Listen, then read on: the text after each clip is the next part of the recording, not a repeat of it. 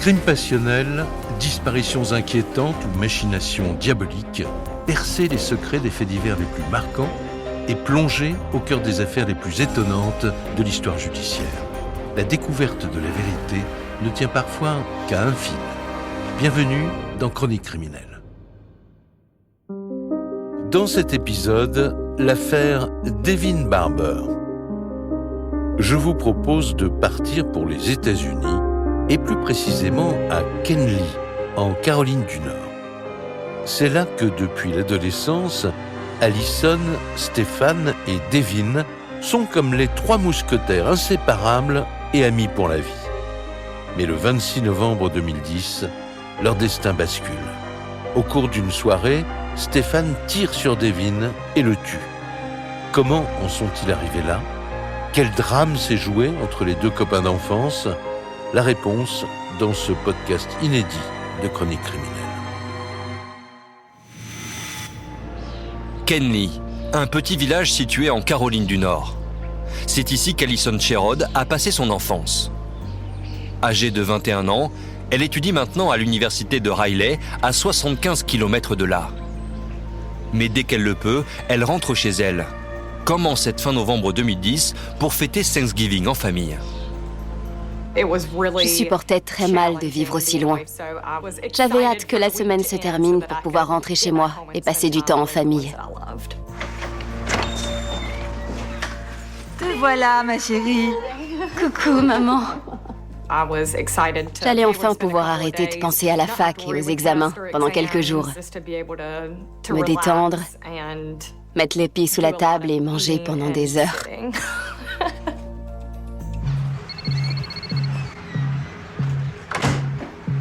Allison espère aussi profiter de ce week-end pour revoir tous ses amis du lycée. Salut Stéphane. Notamment Stéphane Gudak, un ami d'enfance qu'elle n'a pas vu depuis longtemps. On s'entendait assez bien. On avait été au collège et au lycée ensemble. On avait plus ou moins le même groupe d'amis, on se fréquentait à l'école, mais aussi en dehors des cours. Allez, viens, ça va être sympa.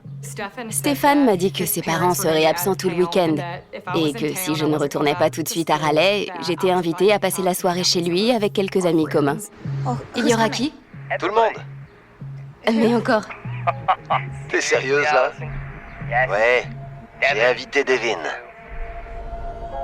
Devin Barber est le meilleur ami de Stéphane.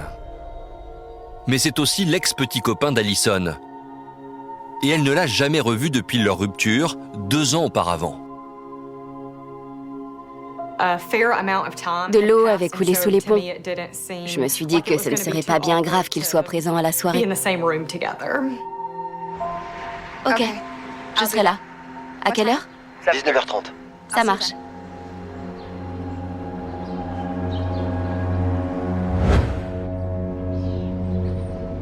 Allison et Devin se rencontrent 4 ans plus tôt, durant l'été 2006. Kenly est un petit village. Et pendant les vacances, tous les jeunes fréquentent la piscine municipale. C'est là que l'adolescente y croise le jeune homme pour la première fois. Elle tombe immédiatement sous son charme.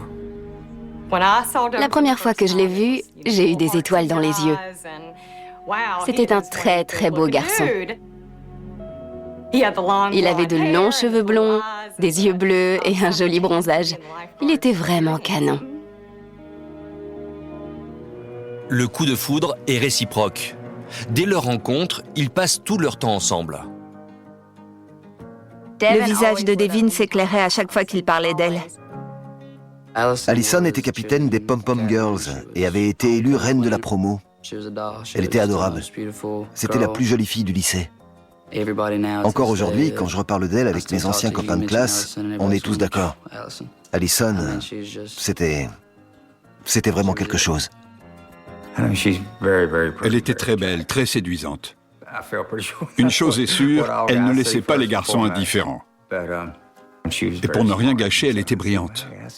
J'étais content, je me disais, c'est bien qu'il sorte avec une fille sérieuse, ça le motivera peut-être à travailler un peu.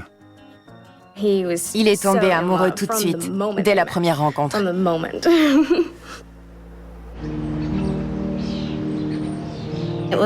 On a tous eu le coup de foudre pour elle. Je l'aimais énormément.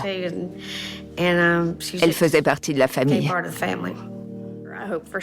Je croisais les doigts pour qu'ils restent ensemble toute leur vie. J'ai tout de suite senti qu'ils étaient faits l'un pour l'autre.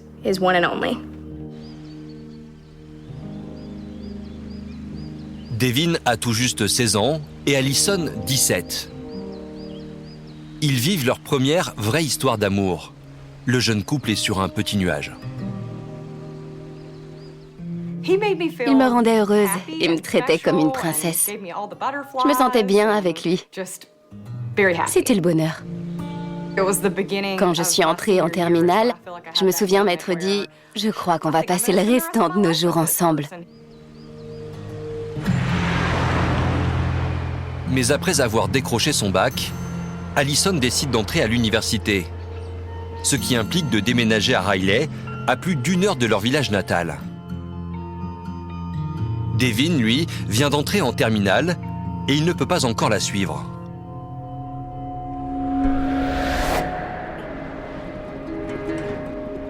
Les mois passent et les deux tourtereaux ont de plus en plus de mal à se voir.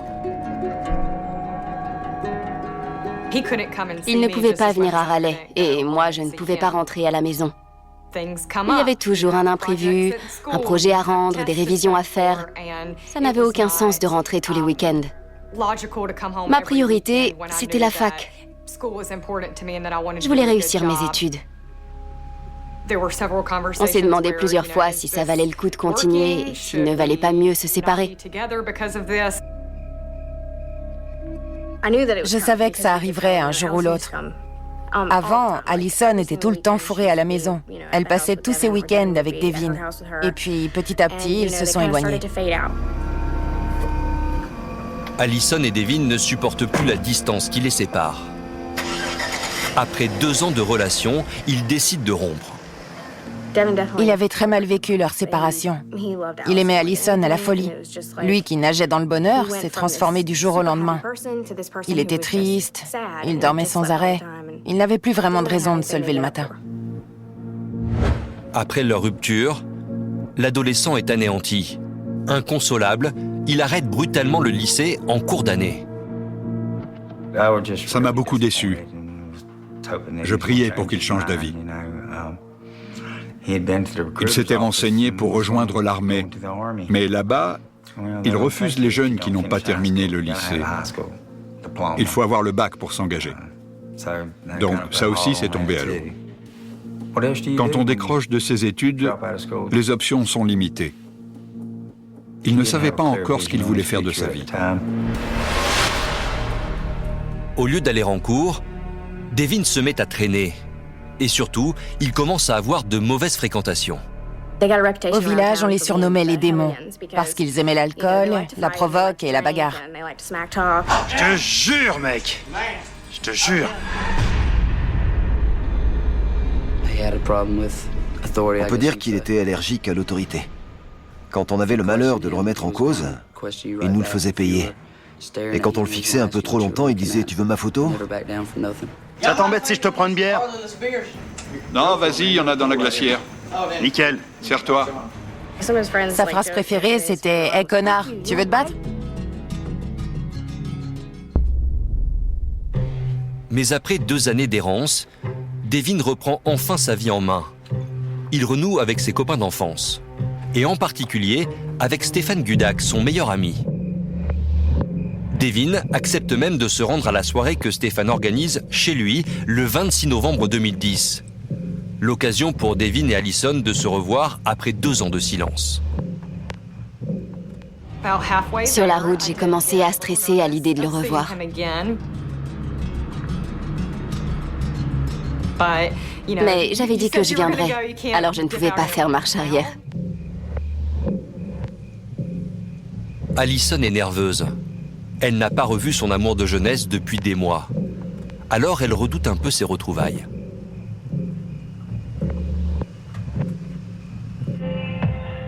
Y a quelqu'un? Stéphane? Je suis là.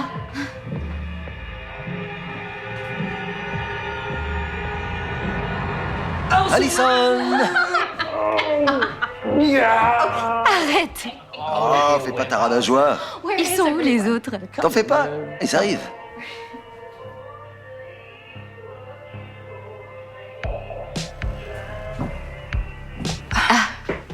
Devin. Salut, Allison. Salut. Au début, ça m'a fait bizarre de le revoir. Alors, ça va? Oui, ça va. Je te sers à boire? Non, merci. Allez, bois un coup. Ça te détendra.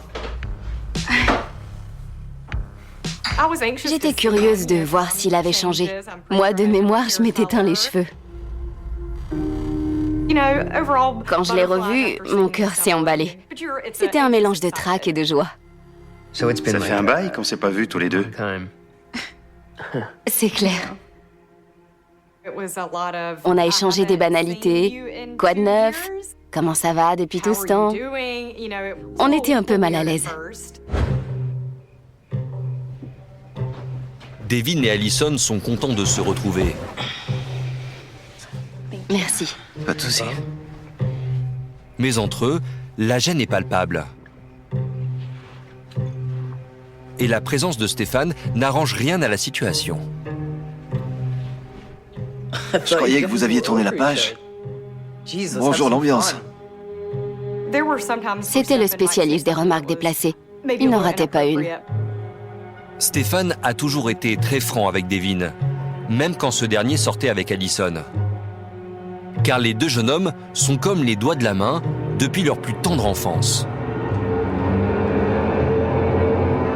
Je le lèche. T'es pas cap. Sérieux?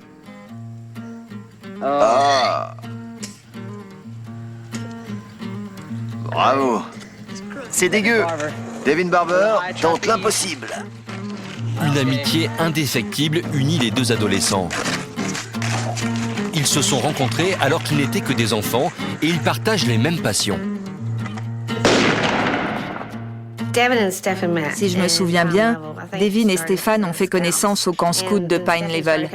Stéphane est venu jouer à la maison et voilà, c'était parti. Ils adoraient parler musique et voiture. Ils faisaient la paire. Devin aimait Stéphane comme son frère.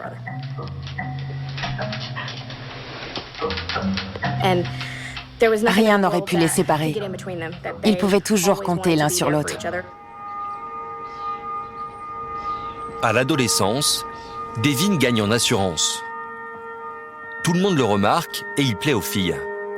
Tandis que Stéphane, lui, est plus réservé. Il reste toujours en retrait. Devin était quelqu'un de très sociable. Il n'avait pas peur de dire ce qu'il pensait. Il était ce qu'on peut appeler un mauvais garçon, mais dans le bon sens du terme. Il adorait être le clown de service. Il faisait le pitre à l'école et n'arrêtait pas de jouer des tours à sa sœur et à ses copains. Il affichait toujours un grand sourire et enchaînait les farces en rigolant. Stéphane aimait Devin pour les mêmes raisons que tout le monde. Il était drôle, fort et il avait du caractère. Stéphane, lui, était un peu plus introverti. Il fallait le faire sortir de sa coquille pour qu'il se mette à parler.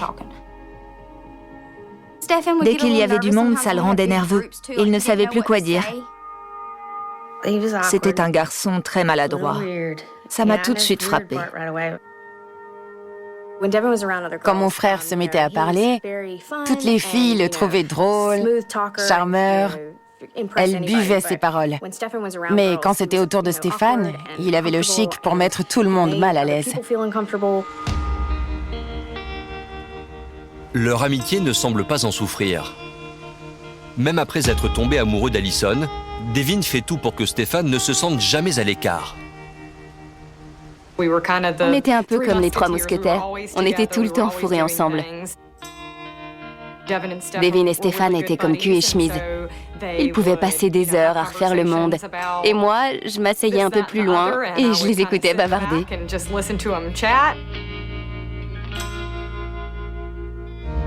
Mais le temps passe et la situation se complique. Stéphane semble jaloux de cette relation amoureuse. Stéphane avait du mal à accepter que Devin passe du temps avec quelqu'un d'autre que lui. Je ne dirais pas qu'il était en colère, mais il devenait distant. Quand on n'était que tous les trois et que Devin et moi, on se faisait des câlins, Stéphane n'arrêtait pas de nous dire « Hé, les amoureux, on se calme !» Il était moins beau, il n'avait pas autant de charme. On voyait bien qu'il vivait dans l'ombre de Devin.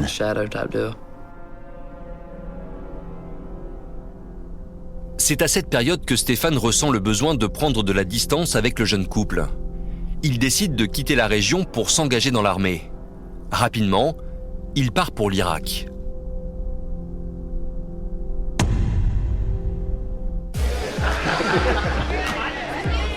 En novembre 2010, cela fait maintenant 2 ans que les 3 amis ne se sont pas revus.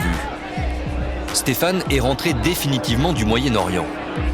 Et la vie semble lui sourire. Alors, pour l'occasion, il a réuni tous leurs copains de lycée.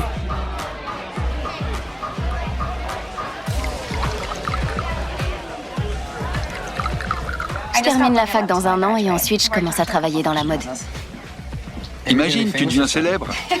Je crois pas, non. Je n'avais pas vu la plupart de ces gens depuis plusieurs années. C'était chouette de changer un peu de décor et de revoir mes amis d'avant. Il y avait de la musique, la télé était allumée, l'ambiance était sympa. Je n'étais pas au courant qu'Allison serait à la soirée de Stéphane. J'imagine que Devin était dans ses petits souliers. Ils avaient beau être séparés, il avait toujours des sentiments pour elle. D'ailleurs, Allison et Devin ne se quittent pas de la soirée. La magie opère comme au premier jour. Ils semblent être de plus en plus proches. Ouais. J'avais peur que t'aimes pas. Ah, si. Tant mieux. Ça te va très bien. On s'est remémoré le bon vieux temps. De fil en aiguille, on a évoqué notre relation et on s'est dit qu'avec quelques années de plus, si on se remettait ensemble maintenant, ce serait peut-être différent. Allison et Devin se retrouvent comme au bon vieux temps. Mais du côté de Stéphane, ce rapprochement passe mal. Encore une fois, il se sent délaissé par ses 2 amis. Le connaissant, il était sûrement un peu jaloux, car c'était autant de temps qu'on ne passait pas avec lui. Il a dû se sentir mis à l'écart. Stéphane était tout à fait du genre à se faire des films et à se vexer parce qu'on ne lui parlait pas à lui. Je peux te laisser 2 minutes? Bien sûr. Merci. Devin et Stéphane avaient l'habitude de se chambrer et de se traiter de tous les noms. Qu'est-ce qui te prend? De quoi tu parles? Pourquoi tu nous mates? Ça leur arrivait de se fâcher et de bouder chacun dans leur coin, mais ensuite ils se reparlaient comme si de rien n'était. Pourtant, ce soir-là, Stéphane semble vraiment en colère. Il n'est plus l'adolescent introverti d'autrefois. Et il ne supporte pas de se sentir une nouvelle fois éclipsé par son ami Devin. Alors, il passe la soirée à épier ses allées et venues avec Allison. La jeune femme et Devin se sentent obligés de ruser pour se parler.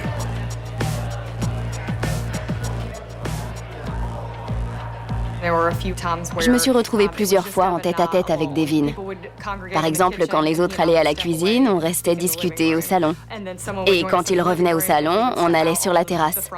On a passé toute la soirée à essayer de trouver quelques minutes pour se parler seul à seul. Je t'ai cherché partout. Qu'est-ce que tu fais? Je réfléchis. À quoi? À nous. Et au temps qui passe. Dès qu'on parlait de leur rupture, Devin finissait toujours par me dire « Si je pouvais revoir Allison ne serait-ce qu'une fois, je rattraperais le coup. Je lui dirais ci ou ça et on se remettrait ensemble. » Suis-moi. Devin n'avait pas réussi à passer à autre chose. Et pour cause, il n'avait jamais eu l'intention de tourner la page. Tout ce qu'il voulait, c'était se remettre avec elle et il comptait bien le lui prouver.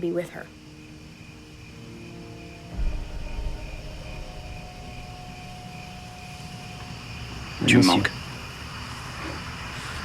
Toi aussi. Tu crois que ça se passerait mieux si on se remettait ensemble aujourd'hui? Hé, c'est à l'intérieur que ça se passe. Stéphane nous a interrompus plusieurs fois au cours de la soirée. Il nous disait des trucs du genre « Qu'est-ce que vous faites tout seul? Arrêtez de discuter, venez à l'intérieur. Ici c'est chez moi, on devrait tous être ensemble. » Tu veux bien nous laisser 2 minutes? Je suis adulte, je fais ce que je veux. Si j'ai envie de discuter dehors avec un ami, personne ne peut m'obliger à faire le contraire.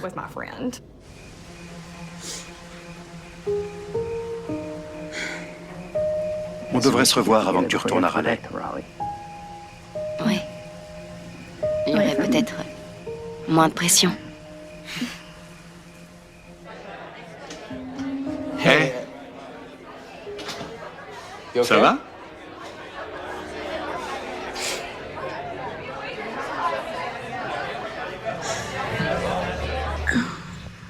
Oh là, il faut que j'y aille. Mes parents. Je peux pas rentrer tard. Mes parents m'avaient demandé de rentrer avant minuit. Quand j'ai regardé l'heure, il était déjà minuit 51. Alors je me suis mise en route.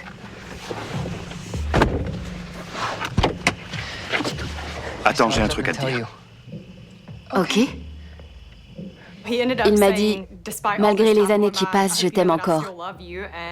J'espère que tu le sais. Je tiens encore à toi. Je n'ai jamais arrêté de t'aimer. Ça te fait peur? Non. Secrètement, ça faisait 2 ans que je rêvais d'entendre ça. Allison et Devin partagent les mêmes sentiments. Ils voudraient se donner une nouvelle chance. Mais leur moment de complicité est brutalement interrompu quand Stéphane débarque, furieux. Sors de cette voiture et laisse-la tranquille. Non, arrête! Sors de là tout de suite. Rendez-vous chez ma mère dans un quart d'heure. Peut-être que Stéphane a voulu protéger Allison. Ou bien il était jaloux parce que Devin s'apprêtait à quitter la soirée pour aller la retrouver. Allison part aussitôt chez elle et attend Devin dans sa voiture. Les minutes passent, sans nouvelles du jeune homme. Elle finit par aller se coucher. Devin ne la rejoindra jamais. À ce moment-là, la jeune fille est loin d'imaginer que la dispute entre les garçons dégénère totalement.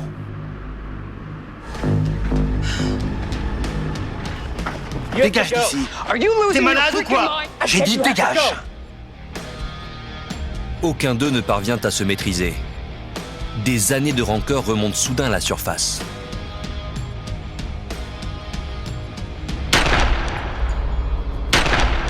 Police secours, comté de Johnston, j'écoute. J'ai tiré sur quelqu'un. D'accord, dites-moi ce qui s'est passé. Je lui ai demandé plusieurs fois de partir, je l'ai bousculé, et comme il n'a pas bougé, j'ai dû lui tirer dessus. Vous êtes dehors, là? Oui, je suis dans l'allée avec lui. Ok. Il est conscient? Oui, D'accord. Il saigne beaucoup? oui, il y a du sang partout. Ok. À l'arrière-plan, on entendait ce que j'appelle le râle de l'agonie. La victime gémissait. Elle essayait de respirer tant bien que mal. On a prévenu les secours. Faites vite, s'il vous plaît. Les secours sont arrivés et se sont tout de suite occupés de lui. Je suis descendu de voiture, je me suis approché et je l'ai reconnu. C'était Devin Barber. Je connaissais aussi Stéphane Gudak, parce que son père était commissaire de police.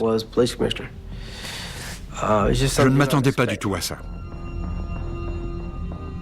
Stéphane se trouvait à l'arrière d'une voiture de police. Il était menotté et en état d'arrestation. Il regardait dans le vide. Il repensait peut-être à ce qu'il venait de faire. Devin est entre la vie et la mort. Les secours l'emmènent à l'hôpital en urgence. Stéphane, lui, est arrêté et conduit aussitôt au poste de police.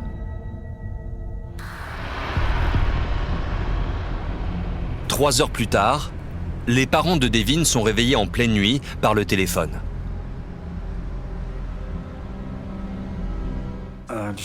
J'ai pas réussi à répondre à temps. Ça avait déjà raccroché. J'ai rappelé le numéro en question. C'était l'hôpital. Ils m'ont simplement demandé de me rendre aux urgences. J'ai dit « Pourquoi ? Qu'est-ce qui se passe ?» Ils n'ont pas voulu rentrer dans les détails. C'est là que j'ai compris que c'était grave. Mais je ne savais pas à quel point. La famille est en état de choc. Il est 4h30 du matin quand les parents et la sœur de Devin arrivent à l'hôpital. Un médecin vient à leur rencontre. On était assis, le médecin s'est penché et il nous a dit « Cette nuit, votre fils, votre frère... »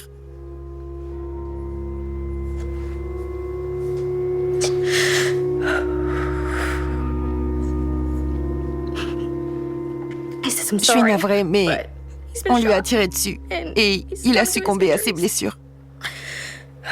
Ma mère a répondu « Comment ça, il a succombé à ses blessures ? Elle était sous le choc. » Quant à moi, j'ai tout de suite fondu en larmes. Je n'arrivais plus à respirer, j'étais terrifiée. Le médecin a dit « Je suis navrée, madame, votre fils n'a pas survécu. »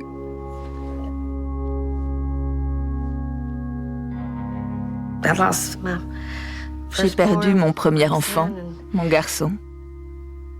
Après ça, tout a changé. J'ai cru à un accident de voiture. Je n'aurais jamais pu imaginer qu'il trouve la mort dans des circonstances pareilles. Jamais de la vie.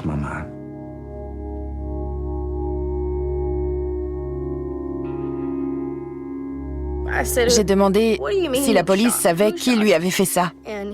On m'a répondu « À ce stade de l'enquête, Stéphane est le suspect numéro 1. » On était stupéfaits. Quoi ? Non, c'est pas possible. Pas Stéphane, il aurait jamais pu faire ça. Vous êtes sûr que c'était lui ? Ça n'avait aucun sens.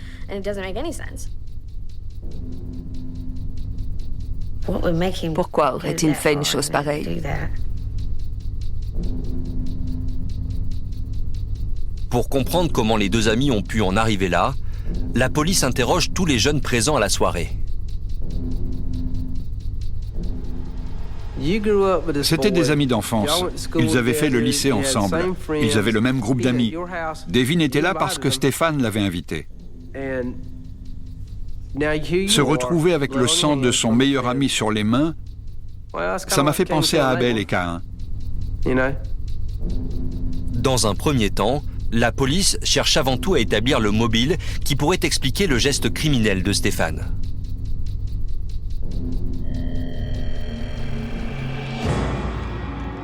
Le 27 novembre 2010, le lendemain du meurtre de Devin Barber, la terrible nouvelle se répand comme une traînée de poudre dans le village. Tout le monde était sous le choc. Tout le monde. On n'arrivait pas à y croire. Ça tenait pas debout. Stéphane Gudak est accusé de meurtre. S'il n'y a pas de doute sur son geste fatal, ses motivations sont toujours aussi mystérieuses.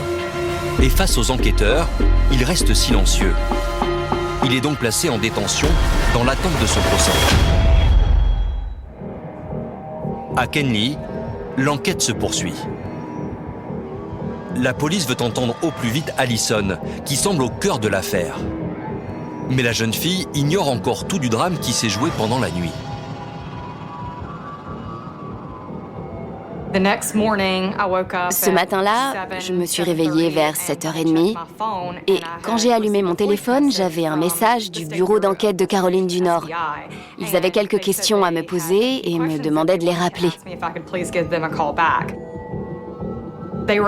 Ils m'ont demandé si j'avais assisté à une soirée à Pine Level, la veille au soir, et si je connaissais Devin et Stéphane. Je leur ai demandé 20 fois si tout allait bien ou s'il y avait un problème. Après m'avoir fait subir un interrogatoire en règle, ils ont fini par me dire « Hier soir, Stéphane a tiré à 3 reprises sur Devin. Il est mort de ses blessures. » Et là, je suis restée sans voix. Je me suis recroquevillée et j'ai pleuré pendant des heures. Allison est anéantie. Et elle ne comprend pas comment Stéphane a basculé dans une telle folie meurtrière. Alors la police interroge les témoins du drame, les uns après les autres.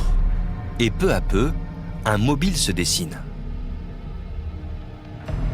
Stéphane ne semblait pas du tout apprécier le comportement de Devin envers Allison. Il n'arrêtait pas de dire qu'il la faisait pleurer. C'était sa vie, sa maison, sa soirée. Le fait que Devin passe son temps dehors avec Allison au lieu d'être à l'intérieur avec lui, ça, Stéphane ne l'a pas accepté.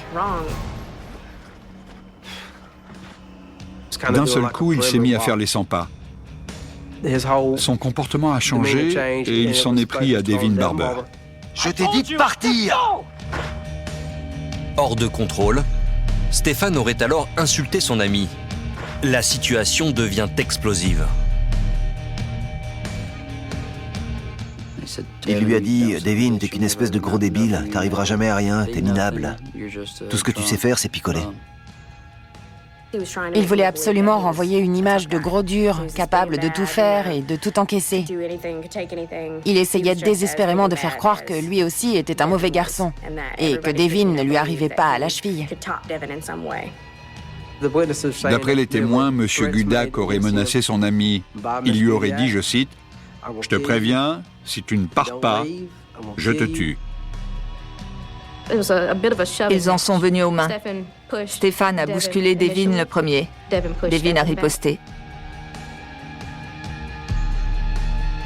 Une arme est apparue et 3 coups de feu ont retenti.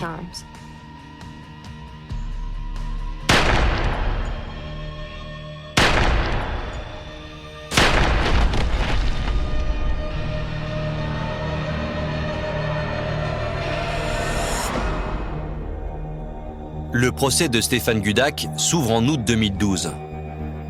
Le jeune homme est appelé à la barre pour donner sa version des faits. Il confirme avoir tiré à 3 reprises sur Devin, mais il explique qu'il n'a pas eu le choix.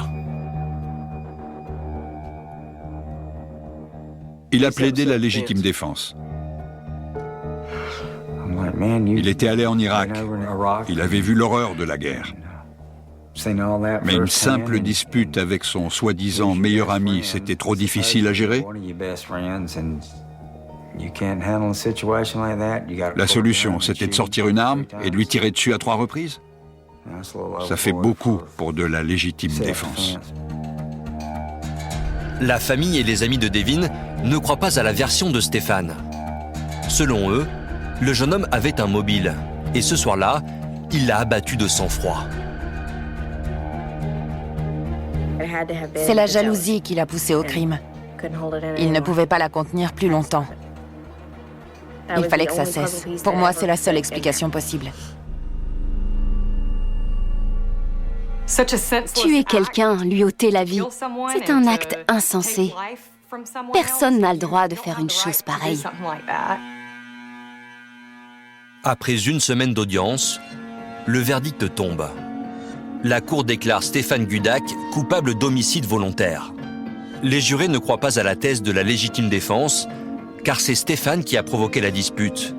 Et il avait un mobile, la jalousie. Pourtant, quand la peine est annoncée, le public est stupéfait. Il n'est condamné qu'à 7 ans de prison. Le verdict a choqué tout le monde. Un silence de plomb est tombé dans la salle d'audience. On n'en revenait pas.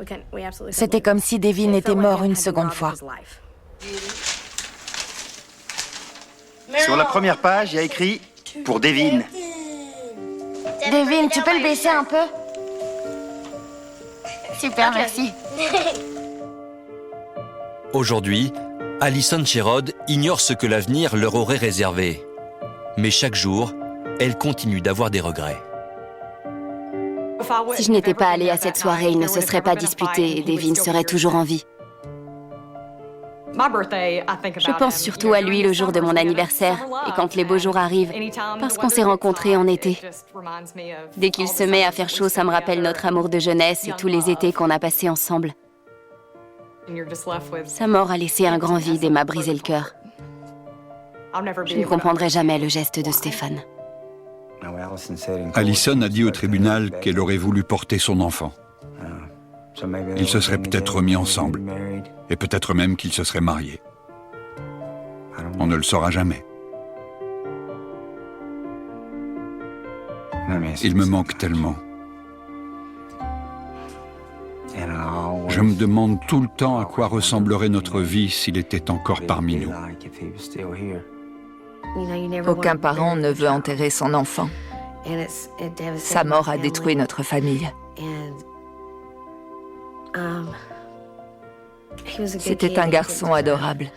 Il ne méritait pas une chose pareille.